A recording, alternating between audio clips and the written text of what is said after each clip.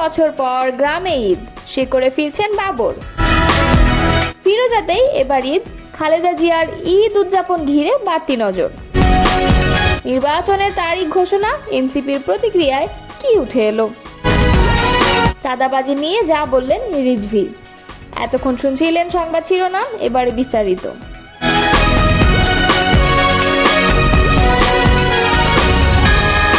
দীর্ঘ 17 বছর পর নিজ গ্রামে ভাদেরায় ঈদ করবেন সাবেক স্বরাষ্ট্র প্রতিমন্ত্রী মোহাম্মদ লুৎফুজ্জামান বাবর। শুক্রবার তিনি ঢাকা থেকে বাড়ির উদ্দেশ্যে রওনা দিয়েছেন। তার ব্যক্তিগত সচিব মির্জা হায়দার আলী এ তথ্য নিশ্চিত করেছেন। মির্জা হায়দার আলী জানান, সাবেক স্বরাষ্ট্র প্রতিমন্ত্রী মোহাম্মদ লুৎফুজ্জামান বাবর তিনি গ্রামের বাড়ির ঈদগাহ মাঠে ঈদের জামায়াত আদায় করবেন। এরপর তিনি দলীয় নেতাকর্মীদের সঙ্গে মতবিনিময় করে শনিবারই ঢাকার উদ্দেশ্যে রওনা করবেন। মদন বিএনপির সভাপতি নুরুল আলম তালুকদার জানান, সাবেক স্বরাষ্ট্র প্রতিমন্ত্রী লুৎফুজ্জামান বাবর ঢাকা থেকে মদনের উদ্দেশ্যে রওনা হয়েছেন।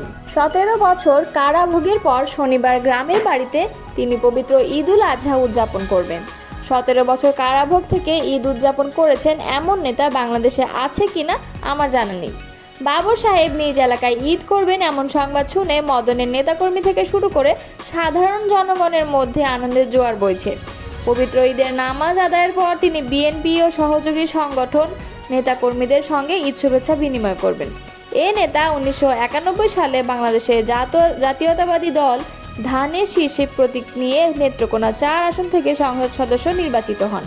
পরে 2001 সালে 8ম জাতীয় সংসদ নির্বাচনে দ্বিতীয়বারে এমপি নির্বাচিত হয়ে বেগম খালেদা জিয়ার মন্ত্রিসভায় স্বরাষ্ট্র প্রতিমন্ত্রী হিসেবে দায়িত্ব পালন করেন। 17 বছর কারাভোগের পর গত 16 জানুয়ারি মুক্তি পান সাবেক স্বরাষ্ট্র প্রতিমন্ত্রী। গত 30 জানুয়ারি পবিত্র উমরা পালনের জন্য সৌদি আরবে যাওয়ার পথে দুবাইতে অসুস্থ হয়ে পড়েন তিনি। সেখানকার একটি হাসপাতালে চিকিৎসা শেষে সৌদি আরব যান বাবর। 3 সপ্তাহ বিদেশ সফর শেষে দেশে ফেরেন এই বিএনপি নেতা। 23 ফেব্রুয়ারি নিজ গ্রামের বাড়িতে আসেন বাবর। গ্রামের বাড়িতে 3 দিন অবস্থান করেন। এ সময় তিনি স্থানীয় কর্মীদের সঙ্গে বৈঠক করেন। গুলশানের বাসা ফিরোজায় ঈদ উদযাপন করবেন বিএনপি চেয়ারপারসন বেগম খালেদা জিয়া। তার ব্যক্তিগত চিকিৎসক ও দলের স্থায়ী কমিটির সদস্য অধ্যাপক AZM জাহিদ হোসেন গণমাধ্যমকে তথ্য জানান। তিনি বলেন, আগামীকাল পবিত্র ঈদ উল আজহা বিএনপি চেয়ারপারসন দেশনেত্রী খালেদা জিয়া গুলশানের যে বাসা ফিরোজায় অবস্থান করেছেন সেখানেই উনি ঈদ উদযাপন করবেন এবং ওনার পরিবারের পক্ষ থেকে যে কুরবানি সেটা সেখানেই দেওয়া হবে। ওনার জ্যেষ্ঠ ছেলে আমাদের দলের ভারপ্রাপ্ত চেয়ারম্যান তারেক রহমান সাহেবের নামে কুরবানিও এখানেই হবে। ঢাকা ছাড়াও বগুড়ার গাবতলীদের বেগম খালেদা জিয়া, তারেক রহমান সহ তাদের পরিবারের সদস্যদের নামে কুরবানি দেওয়া হবে জানিয়ে জাহিদ বলেন, এছাড়া কয়েকটি জেলায় দলের নেতাকর্মীরা ম্যাডামের নামে কুরবানি দেবেন। ঈদের দিন দুপুর থেকে বিকাল পর্যন্ত গুলশানের ফিরোজায় খালেদা জিয়া তার নিকট স্বজনদের সঙ্গে একান্তে সময় কাটাবেন। এই সময়টা রাখা হয়েছে শুধুমাত্র পরিবারের সদস্যদের জন্য। জাহিদ বলেন, ওনার মেজ বোন সেলিনা রহমান, ছোট ভাই শামীম ইস্কান্দার সহ তাদের পরিবার এবং ম্যাডামের ঘনিষ্ঠ নিকট আত্মীয় স্বজন যারা ঢাকায় ঈদ করেছেন তারা মূলত ফিরোজায় এসে ম্যাডামের সঙ্গে ঈদের শুভেচ্ছা বিনিময় করবেন এবং ম্যাডাম তাদেরকে সময় দেবেন। দুপুরের খাবার উনি স্বজনদের নিয়েই খেতে চেয়েছেন। রাতে দলের মহাসচিব মির্জা ফখরুল ইসলাম আলমগীর সহ স্থায়ী কমিটির সদস্যগণের সঙ্গে গুলশানের ফিরোজা ঈদের শুভেচ্ছা মিটিং বিনিময় করবেন খালেদা জিয়া।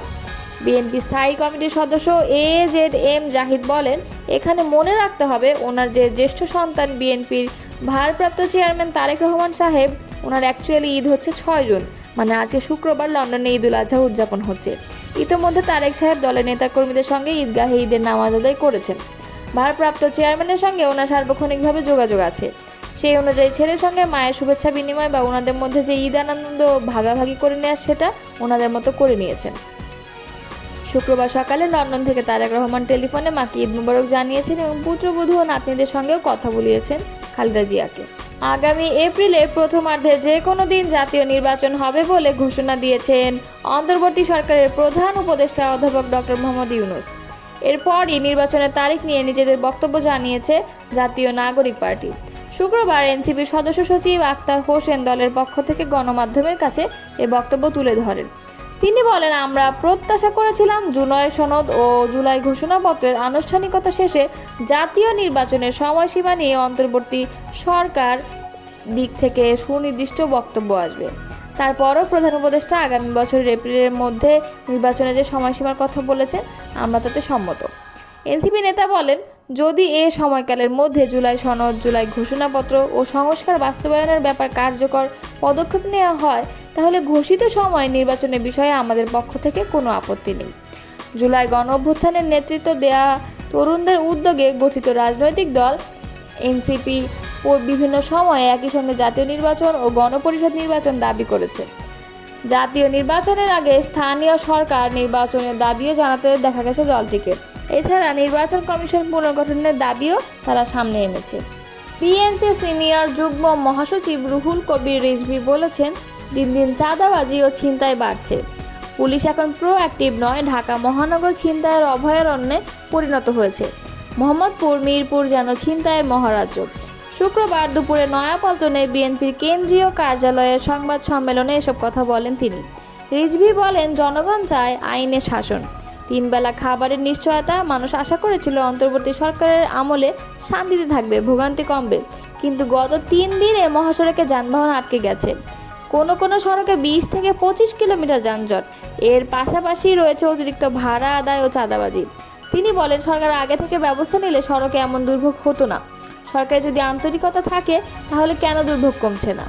বিএনপির এই নেতা বলেন, নির্বাচিত নয় বলেই অরাজকতা, অস্থিরতা এ সরকারের নিয়ন্ত্রণে নেই। ভারত বাংলাদেশ সম্পর্ক নিয়ে রিজভী বলেন, ভারতের সঙ্গে বাংলাদেশের সম্পর্ক দ্বৈরতা তৈরি হয়েছে। প্রতিদিন বিদেশিদের বাংলাদেশি বলে পুশিং করছে ভারত, জোর করে ঠেলে পাঠানো হচ্ছে বাংলাদেশে। ভারতীয় নাগরিকদের জোর করে বাংলাদেশে পাঠাচ্ছে।